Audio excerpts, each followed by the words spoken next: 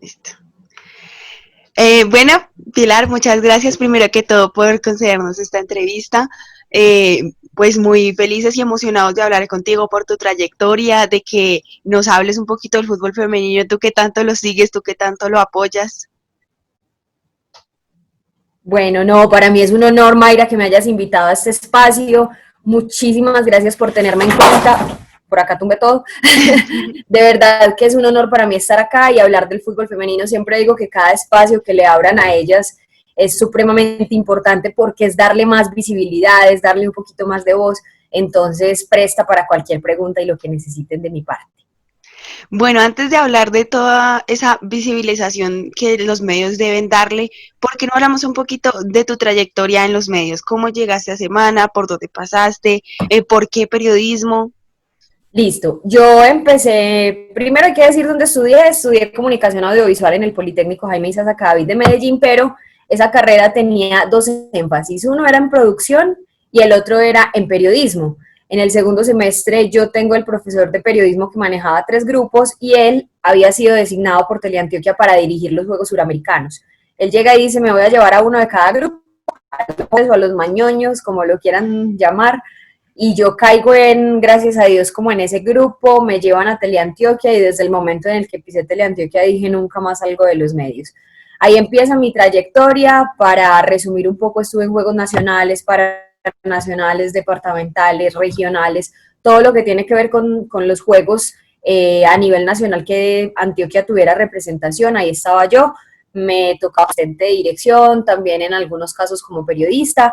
Luego fui jefe de prensa de la Federación Colombiana de Rugby, estuve en la Feria de las Dos Ruedas también haciendo parte del equipo de prensa, y luego Sheila García decide venirse a vivir a Bogotá, a trabajar a RCN Televisión, y yo la reemplazo como corresponsal 4 años en Noticias RCN Medellín. Cuando paso 4 años y medio, ya tenía trayectoria de Juegos Olímpicos y demás, quería acomodarme otro aire, empiezo a buscar una oportunidad en Bogotá y la gente que me conocía pues sabía que yo estaba buscando esa oportunidad. Vanessa Palacio renuncia a la larga de Caracol Radio, Diego Rueda el que me llama y me dice, estaba buscando, yo estoy buscando, porque no mis fuerzas, me vengo al alargue. Después de 1 año y medio de hacer el alargue, iniciamos un 6 de noviembre el Bar de Caracol Radio, que es un programa relativamente nuevo, lo hacíamos entre Diego Rueda, Julián Capera y yo, y un año después, casi que exactamente un año después, me llaman de Semana, me hacen una oferta bastante tentativa porque pues en lo contractual superaba mucho. Y digo, bueno, listo, es esta oportunidad y aquí estoy trabajando en Semana TV bajo el mando de Vicky Dávila. Bueno, con toda esta trayectoria que has tenido, Pilar, ¿cómo puedes decirnos que el periodismo puede ayudar al fútbol femenino?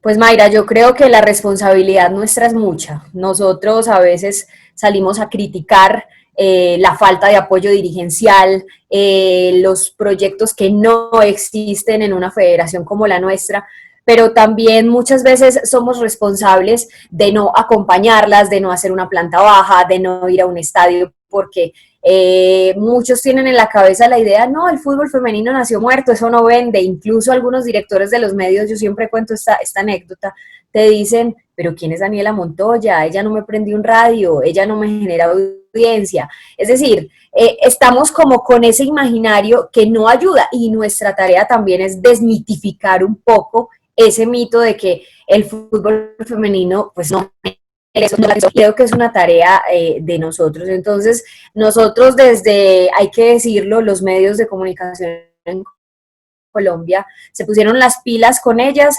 En ese 2018-2019, no sé si recuerdan que hubo una reunión en un hotel cuando se denunció contra la dirigencia de la Federación Colombiana de Fútbol, que les vendían las camisetas, que las maltrataban como mujeres en su dignidad contractual.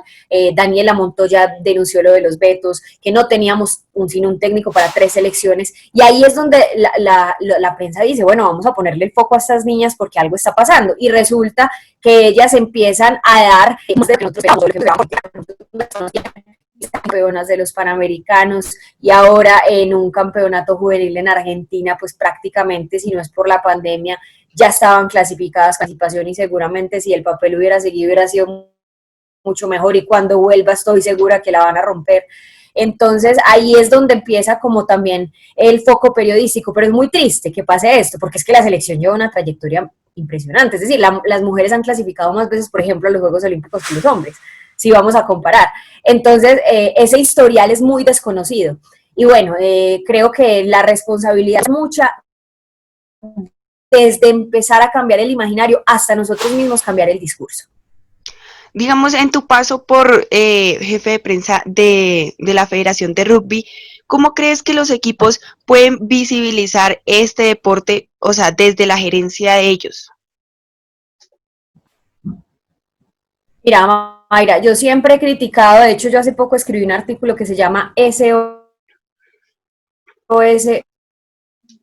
persistente, difícilmente hay una visibilización, no solamente, bueno, desde los medios, porque ellas pueden darnos las entrevistas y pueden ser nuestras fuentes y demás, pero si vamos a hablar, por ejemplo, de las personas inversionistas, de las empresas privadas que pueden poner el foco en ellas y decir, vamos a poner nuestro dinero, es muy complicado. Lo primero que yo hice cuando llegué a la Federación Colombiana de Rugby es, ¿qué proyecto tenemos? Y no solamente qué proyecto deportivo, sino también qué proyecto comunicacional. Y empecé a buscar esas formas de construirlo y por supuesto me asesoré con las personas, porque yo en ese momento pues estaba muy joven, que me pudieran dar una luz un poco más clara y lo dejamos constituido. ¿Por qué? Porque no sé, como Gatorade en esa época la consiguió el presidente de la Federación Colombiana de Rugby, llegaban y nos decían, bueno, ¿y qué tienen ustedes? ¿Cuántos deportistas hay?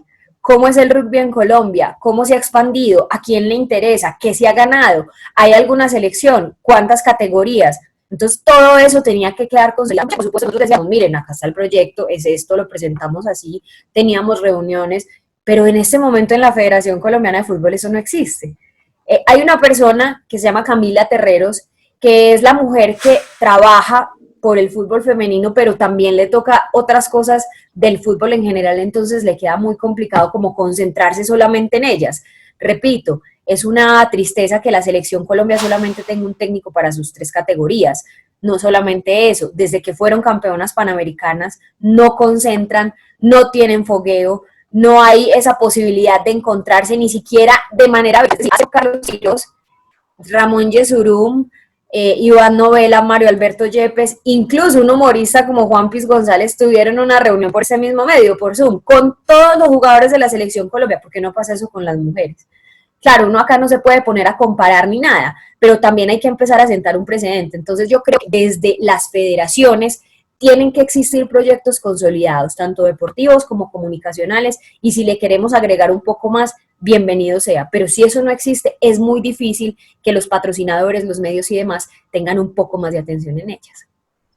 Digamos, en el cubrimiento de los medios, ¿cómo es? ¿Cómo lo has visto, digamos, en tu trayectoria en el foco del fútbol femenino? Por eso te digo, o sea, te lo respondí anteriormente, acá como que el foco se empezó a poner o la atención se empezó a centrar cuando ellas dieron esas denuncias. Entonces, son muy reconocidas las periodistas que apoyan y te las puedo mencionar. Sheila García fue una de las primeras mujeres que las acompañó en eventos deportivos. Liliana Salazar también. Sara Castro siempre ha sido desde su diario, porque además Sara es directora del diario AS, una abanderada completa del fútbol femenino. Carolina Castellanos en RCN Radio siempre ha hecho todo por apoyarla, siempre ha hecho todo por buscar ese espacio. Bueno, creo que yo también de a poco me he ganado como un poquito ese reconocimiento con ellas. Valentina Rincón, también en Win Sports. Podemos hablar también de Juliana Salazar. Bueno, muchas periodistas, pero si miras, casi todas las que te he mencionado somos mujeres. Entonces está como muy sectorizado por género y es muy triste, porque es que los hombres también deberían interesarse un poco más. Incluso aquí hay una revista, y creo que esa sí tiene bastantes periodistas que son del género masculino, que se llama Femina Fútbol, que las acompaña a todos lados, pero ahí también hay una gran periodista, gran amiga y gran colega que está todo el tiempo pendiente de ella, se llama Natalia Prieto. Entonces digamos que en los medios me preocupa eso, es que el fútbol femenino es para mujeres, no, el fútbol es fútbol, o sea, el fútbol no tiene género, ¿cierto? Nosotros no hablamos de vamos a ver a los hombres, no, vamos a ver fútbol, ¿cierto? Entonces yo creo que también ahí es donde tiene que empezar esa labor de ponerlos todos como en una misma bolsa y darles la misma importancia. digamos, con todos estos como cosas negativas o por mejorar que has mencionado, ¿qué otras deficiencias puntuales o problemáticas destacarías de la liga femenina? Y digamos, ¿qué soluciones se podrían implementar? Pues Mayra, lamentablemente es más fácil decirte cuáles son los defectos que las cualidades, porque cualidades son muy pocas. O sea, creo que las cualidades que existen se las llevan casi todas las mismas mujeres. Cualidades como las de Vanessa Córdoba, Manuela, Natalia, Isabela, que siempre están ahí peleando por su dignidad, que están agremiándose con Acolfutbol constantemente buscando esos espacios. Pero estas hace poco, y también hay que decir que somos muy desafortunados por el tema de la pandemia, 18 equipos colombianos estaban dispuestos a disputar una liga, ¿cierto? Pero solamente 3 de ellos alcanzaron a hacer contratos, incluso Santa Fe tuvo que llegar a un acuerdo con sus jugadoras porque por medio de la pandemia, por supuesto, se tenía que hacer una reducción económica que, según han contado, es retroactiva. América de Cali también, Nacional también, aunque Nacional y América no se han pronunciado sobre bajas de salarios con las mujeres, pero el resto, las jugadoras no tienen contratos dignos, muchas de ellas incluso son jugadoras que tienen, son equipos que tienen 25 jugadoras inscritas, pero digamos solamente 5 de ellas, que son las grandes figuras, ganan un mínimo o ganan más de 1 millón, 2 millones de pesos. El resto ganan por bonos o por subsidios de transporte, por subsidios de alimentación o porque les dicen, venga, es que usted va a representar este equipo grande y va a tener y así los contratos. Yo también soy de las que piensa que la liga es absolutamente indigna en su tiempo de competencia. Es que no es posible que las niñas tengan que disputar un torneo de 2 meses, cuando eso, incluso muchas de ellas estaban o están llamadas también a los ciclos de selección Colombia, entonces no van a tener un fogueo porque además que uno diga, bueno, porque la liga se hace y paralelamente hacen esto, no, eso no pasa. Y aún así, Colombia tiene un campeón de Libertadores como el Atlético Huila. Entonces, digamos que ese tipo de cosas son muy, muy tristes. Los pocos patrocinios que existen, que las mujeres y el fútbol femenino como tal, yo le reconozco, por ejemplo, que él es muy dedicado a un hombre como Eduardo Méndez, presidente de Independiente Santa Fe, que él ha sido de los pocos que ha dicho, voy a ir a buscar patrocinios independientes para mis chicas, y eso me parece muy valioso. Pero de resto, creo que ellas básicamente lo hacen es con las uñas. También hay que meter en el defecto a la prensa. Entonces creo que para ellas es muy complicado y que siempre tener que estar tocando puertas, oigan, miren, oigan, escúchenos, oigan, por favor, nosotras existimos. La verdad, me parece absurdo. ¿Y cómo crees que podría, digamos, desde la federación, desde los equipos, desde la dirigencia, digamos, implementar soluciones para estas problemáticas? Bueno, lo primero que tiene que hacer la dirigencia, insisto en mi respuesta pasada, es consolidar un proyecto deportivo, un proyecto de comunicaciones y también mostrarles respeto a ellas, no solamente consolidando y planificando, porque es que uno sabe, nosotros que tenemos fuentes en las asambleas de la DIMAYOR, prácticamente nunca se toca el tema femenino. Entonces creo que ellas también tienen que empezar a incluirlas en esos discursos cuando hay algunas reuniones dirigenciales, tienen que tenerlas en cuenta, pensar en ellas y no solamente porque tienen que decir, ay, no, no, no, tenemos tantos representantes masculinos en torneos internacionales y si no formamos fútbol femenino, pues nos eliminan y no vamos a tener representantes. No, no solamente por eso, o no solamente porque el campeón de Libertadores en septiembre. Bueno, este año era en septiembre, pero como todo el calendario FIFA se corrió, todo el calendario Conmebol está corrido, pues obviamente no va a ser así. Pero no solamente por esos compromisos, sino que creo que ellos también tienen que empezar a decir, bueno, vamos a mirarlas, ¿qué es lo que está pasando? ¿Cómo así que hay niñas que están aguantando hambre? ¿Cómo así que hay otras que están siendo abusadas laboralmente? No, ¿qué está pasando? ¿Cierto? También creo que hay además de eso, algo que me parece que nunca ha pasado en Colombia y es el interés de los mismos ídolos de la selección masculina por ellas. ¿Cuándo has visto un Falcao García, un David Ospina, un James Rodríguez, más allá de campañas publicitarias, por ejemplo, no sé, de Adidas o Nike, que sacan sus prendas deportivas o que hacen sus retos en ejercicios y entonces que Falcao tiene que retar a Natalia Gaitán y que esté... de resto no se ve como un trabajo conjunto en el que ellos digan, ¿cómo así que a ustedes las están maltratando? Eso no pasa. El hombre que de pronto se encarga aquí de visibilizar a las mujeres se llama Oscar Córdoba y obviamente tiene una razón muy especial y es que su hija es futbolista, como pasa con Juan Pablo Sorín en Argentina, que se abanderó del fútbol no solamente argentino, sino también suramericano. Entonces creo que ese abandono también de los ídolos, porque al final, ahorita me hablabas de cómo cambiar, o hablábamos de cómo cambiar ese imaginario de ese discurso.